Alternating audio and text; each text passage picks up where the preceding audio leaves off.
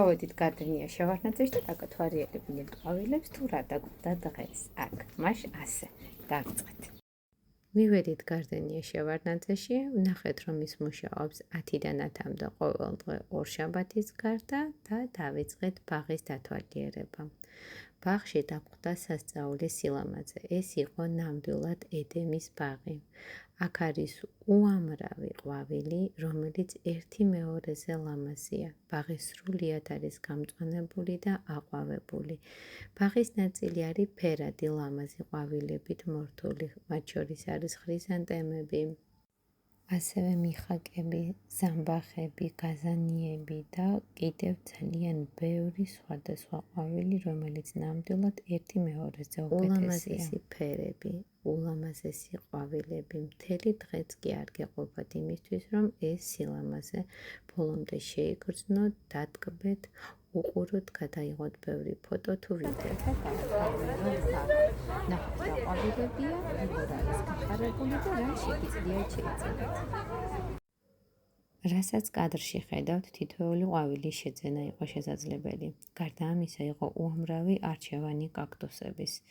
ჩვენ ვნახეთ ძალიან ლამაზი აყვავებული ყვავილები, რომელიც ნაირ-ნაირ ფერებში იყო და ნებისმიერი გემოვნების ადამიანი შეურჩევდა თავის სასურველ ოთახს.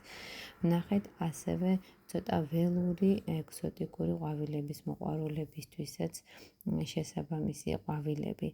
ძალიან ლამაზი ბაღი დაგვდა გარდენიაში, რომელიც იყო გალამაზებული ფერადი და ნაირ-ნაირი ხრიზანტემებით, ასევე იყო წარმოდგენილი ეზოში ძალიან ბევრი პატარა ჯუჯა მიხაკი, რომელიც ეზოს მეორე მხარეს პატარა ქოთნებში იყო წარმოდგენილი გასაყიდად, აი კადრში ზუსტად ამ ნაწილს ხედავთ.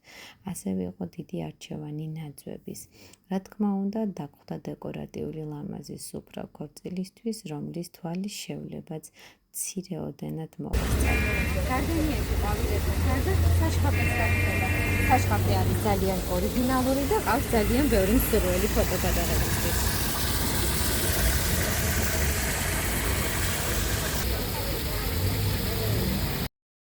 რა თქმა უნდა, საშხაპესთან ჩვენც გავიბრანჭეთ, გადავიღეთ რამოდენიმე ფოტოსურათი სამახსოვროდ.